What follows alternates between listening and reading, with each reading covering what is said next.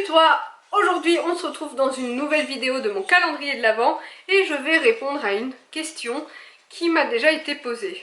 Mais en fait, pourquoi tu fais de l'équitation? Si jamais tu ne me connais pas, ici, oui, tu es sur une chaîne cavalière, mais je me demande si certaines personnes qui me suivent ne sont pas d'un autre monde, hein. Et c'est vrai qu'en diversifiant un petit peu mes vidéos, il est possible que je touche un public différent, bien que je n'en sois pas vraiment sûre. Passons.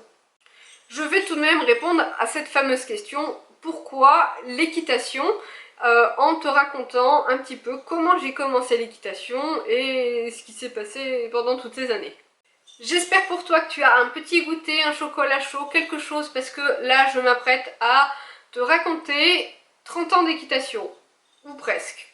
J'ai commencé, non ça n'a pas commencé comme ça, ça a plutôt commencé comme ça. Ma mère et mon père se sont rencontrés et ont eu ensemble pas un centre équestre, pas un ranch, un machin pour faire des balades à cheval au bord de la plage, et ce pendant, je pense, 1 an, 2 ans, voilà. Ça a commencé comme ça. Et puis, pouf, bébé Fanny est arrivée et c'est parti en vrille. C'est-à-dire que ma mère et mon père se sont séparés. J'ai été vivre chez ma grand-mère au fin fond de la Franche-Comté et ma mère est restée dans le sud. Et depuis, je n'ai plus jamais vu mon père. Et il y a eu cette espèce de mystification du paternel, cavalier, cow-boy, ce que tu veux, qui a probablement influencé une grande partie de mon enfance et de ma vie. Et du coup, arrivé à un moment donné, je savais que ma mère et mon père avaient eu un centre équestre, j'avais des photos de moi à cheval étant gamine, enfin genre gamine, genre avant de savoir marcher. Entre-temps, ma grand-mère avait traversé la moitié de la France pour nous rejoindre, ma mère et moi, dans le sud, et voilà, j'ai été élevée comme ça, avec ma mère et ma grand-mère. Un jour, oh malheur, je vais au supermarché avec ma grand-mère, je m'en souviens encore comme si c'était hier. Il y avait une affiche placardée sur là où on met les affiches dans les supermarchés, où il était écrit, ou non, je ne savais pas lire à l'époque puisque j'avais genre 4 ans. Il y avait un poney de dessiner, et il devait y avoir écrit leçon d'équitation, et là, c'était la fin. D'autant plus que, à l'époque, j'étais donc à 4 ans et demi en 3e section de maternelle parce que j'ai sauté une classe, bref, il y avait un aménagement de classe. Et donc, mon maître à l'époque était le mari de la monitrice d'équitation qui avait mis l'affiche leçon d'équitation. Tu vois le truc venir? C'était après les vacances de la Toussaint, j'avais 4 ans. Quelle idée merveilleuse, et il devait avoir bien du courage, d'organiser une classe verte avec des élèves de moyenne et grande section dans un centre équestre. Toute une semaine avec les camarades de classe et des poneys. C'est le rêve, non? Ouais, ben là, ça y est, on m'a rendu complètement accro. On a appris à dessiner des poneys à l'école, à brosser un poney, à faire de la voltige, bref, voilà comment ça a vraiment commencé. J'ai monté dans ce centre équestre pendant des années. Je crois que j'en suis partie quand j'avais genre 12 ans. Parce que j'étais à cette époque de préadolescence où je voulais toujours monter le cheval le plus grand, le poney le plus grand. Et sauf que moi je suis une demi-portion et j'ai toujours été une demi-portion. On me mettait toujours sur les Chouettelandes et j'en avais marre de ça. Et du coup j'avais réussi à convaincre ma famille de changer de centre équestre. Mais voilà, j'ai commencé l'équitation et pendant des années j'ai pas voulu passer de galop, je voulais juste m'amuser. Et est arrivé un moment où il y a une copine de mon village qui a commencé l'équitation, qui a rattrapé mon niveau, qui a dépassé mon niveau, et donc du coup, ouais, c'est ça l'histoire, c'est que je n'ai jamais été une très bonne cavalière. Je crois que j'ai redoublé mon galop 5 3 fois. J'ai toujours eu un petit peu peur à l'obstacle. En dressage, j'ai jamais été suffisamment assidue, on va dire, pour évoluer correctement. Et quand j'ai changé de centre équestre, tu sais, le fameux changement du poney le plus grand, on a fini par me mettre toujours sur le même poney, ceux qui savaient tout faire, et ouais, j'étais un petit peu la cavalière, le pigeon quoi. Celle dont on dit aux parents oui oui faites-lui faire le stage, elle passera son galop, alors que non non, pas du tout. Jusqu'au jour où, dans ce deuxième centre équestre finalement, j'ai rencontré une monitrice. En fait c'était la propriétaire des écuries, mais jusque là je n'avais jamais été dans ses cours, qui a finalement investi, entre guillemets, un petit peu de temps à mon égard. C'est-à-dire que elle me faisait monter dans mon cours habituel, donc un cours galop 4-5 je dirais, des poneys, enfin comment dire, des poneys un petit peu compliqués, un petit peu jeunes ou adressés, etc. Et par ailleurs, elle me faisait monter une deuxième fois dans la journée dans le cours galop, donc 6-7, et cette fois des chevaux dressés au bouton. Donc je progressais, j'apprenais plutôt avec les chevaux dressés dans le cours galop 6-7, et j'évoluais et je prenais confiance aussi d'une certaine manière dans les cours de mon niveau. Et comme ça, donc 2 fois par semaine, je montais plusieurs fois par jour, et elle m'autorisait également le dimanche à venir m'occuper d'un poney ou d'une ponette du club pour prendre un peu en autonomie autour du cheval et aussi le monter. Voilà, les choses ont un petit peu évolué comme ça, et c'est vraiment à cette époque-là que j'ai grandi en maturité autour du cheval et que j'ai évolué.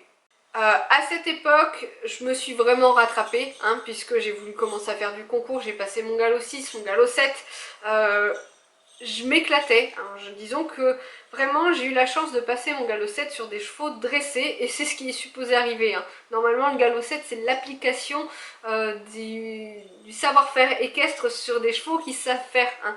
Le galop 7 tu n'enseignes pas au cheval, c'est un petit peu après qu'on est supposé enseigner au cheval. À l'époque il existait le galop 8 et le galop 9, et le galop 8 c'est ça, hein, la formation du jeune cheval. Bref. J'ai donc eu l'occasion de rencontrer quand même pas mal de chevaux à cette époque. J'en avais déjà parlé dans une vidéo il y a très longtemps que j'avais faite sur 10 faits équestres sur moi, mais il y a quand même pas mal de chevaux qui ont marqué ma vie de cavalière, des chevaux sympas, des chevaux beaucoup moins sympas mais auxquels je m'attachais malgré tout, qui font que j'avais gagné vraiment en confiance en moi et en ressenti.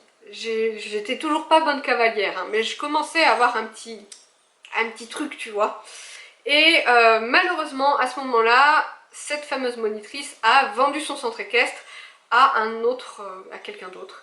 Je suis restée et l'ambiance n'était pas du tout la même, beaucoup plus commerciale, hein, c'est-à-dire que venir monter le cheval le dimanche sans demi-pension, c'était mort quoi. Donc au bout d'un moment, j'ai fini par prendre une demi-pension sur un cheval à l'époque, enfin plutôt une jument qui s'appelait Charisma, dont j'ai également parlé dans cette fameuse vidéo. Et j'ai fait une saison de concours en, accroche-toi, Club 3, Club 2. Voilà. Même à l'époque, ça s'appelait E3, E2. J'ai été jusqu'à la Motte, où je me suis complètement plantée. Disons que j'ai été 17e de France pendant les 24 heures. J'étais fière de moi. Sauf que le lendemain, j'ai fait 3 refus. Allez, ciao, on rentre à la maison. Et puis, voilà. Mon expérience en centre équestre s'est plus ou moins arrêtée là. Je suis retournée en fait avec la monitrice, la fameuse monitrice, tu sais, qui m'avait fait confiance et qui m'avait fait pas mal évoluer, qui à l'époque avait une écurie de spectacles, et de spectacles bien particuliers puisque c'était des spectacles d'équitation de travail espagnol. Donc elle avait des ibériques et puis ce qu'on appelle des cruzados, donc des chevaux ibériques croisés avec des chevaux un peu plus dans le sang, des anglos, des trotteurs, des pur sang, voilà. Donc elle faisait une équitation de travail et je montais ses chevaux en équitation classique en fait à côté. Et puis je faisais ses box et puis je l'accompagnais en spectacle avec le groupe, etc. Bref, c'était assez sympa. Il y avait des trucs cool, des trucs moins cool. Et après ça, je suis allée en Angleterre pendant 1 an et demi. C'est toute la petite histoire que je t'ai racontée hier. Et je ne vais pas revenir dessus parce que déjà, encore une fois, cette vidéo va durer 2 heures. Une fois rentrée d'Angleterre, c'était pour moi assez difficile de revenir dans le monde du cheval, entre guillemets. J'avais plus envie d'y travailler, j'avais plus vraiment de contact puisque ma monitrice de l'époque avait déménagé pour aller vivre en Espagne. Et finalement, j'avais une amie de longue date, puisque je l'avais connue dans le deuxième centre équestre, je crois qu'on s'est rencontrés, c'était en 2000. Elle devait avoir 14 ans à l'époque et moi 12. Et elle avait un boulot dans une écurie de commerce de chevaux d'obstacles. Et elle me proposait de venir régulièrement, pas forcément pour monter, mais pour m'occuper des chevaux, passer un temps avec eux, monter son jeune cheval aussi à l'époque, etc. Et c'est comme ça que j'ai recommencé à monter un petit peu.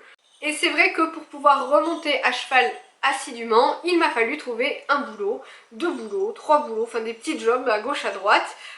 Et à partir du moment où j'ai eu les revenus suffisants, bah, j'ai tout simplement repris des demi-pensions dans le premier centre équestre où j'étais allée. J'ai eu une demi-pension sur un cheval super bien dressé qui m'a permis de me remettre un petit peu dedans. Ensuite sur une autre jument parce que le cheval s'était blessé. Bref, j'ai fait ça pendant un an, un peu plus d'un an.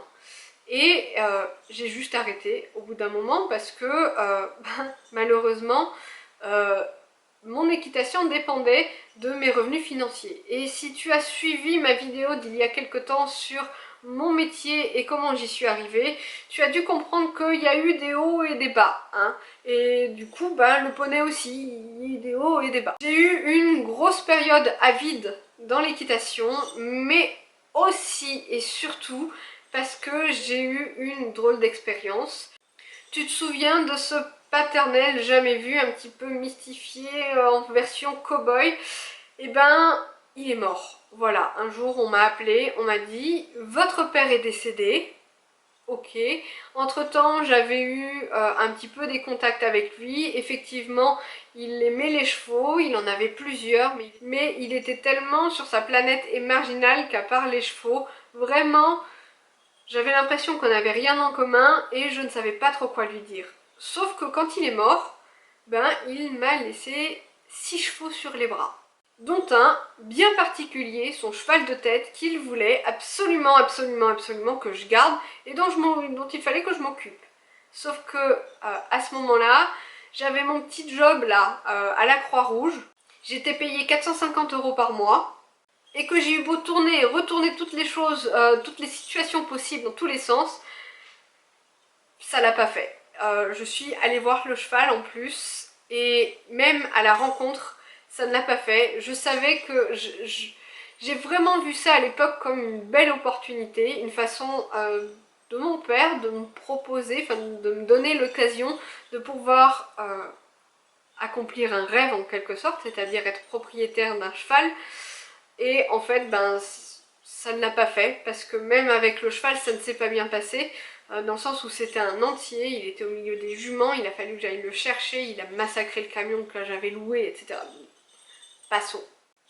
À ce moment-là, je me suis dit que le jour où je reprendrais l'équitation, ce serait avec mon cheval, et que ce cheval, je le choisirais. Et les années ont passé.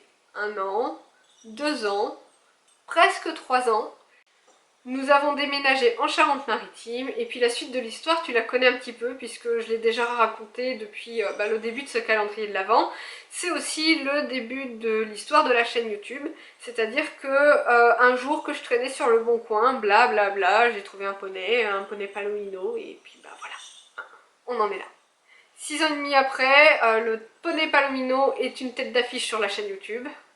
Et si je dois répondre pourquoi l'équitation, pourquoi ce sport, tout simplement parce que c'était là. Ça a toujours été là, dans mon histoire, dans la façon dont mes parents se sont rencontrés, dans la façon dont je suis née. Ça a toujours été autour de moi d'une certaine façon. C'était une évidence que je commence l'équitation un jour. Et aujourd'hui que j'ai Lyon, je ne sais pas si c'est une évidence que je continue l'équitation. Oui, j'ai un cheval, mais surtout en ce moment qu'il n'est pas montable, bah, c'est pas grave si je ne fais pas d'équitation. Non, moi j'ai mon pote poney avec moi et c'est tout ce qui compte. Allez, sur ce, j'espère que ce petit blabla, enfin, ça, on est en mode nostalgie en ce moment, non? Ces jours-ci.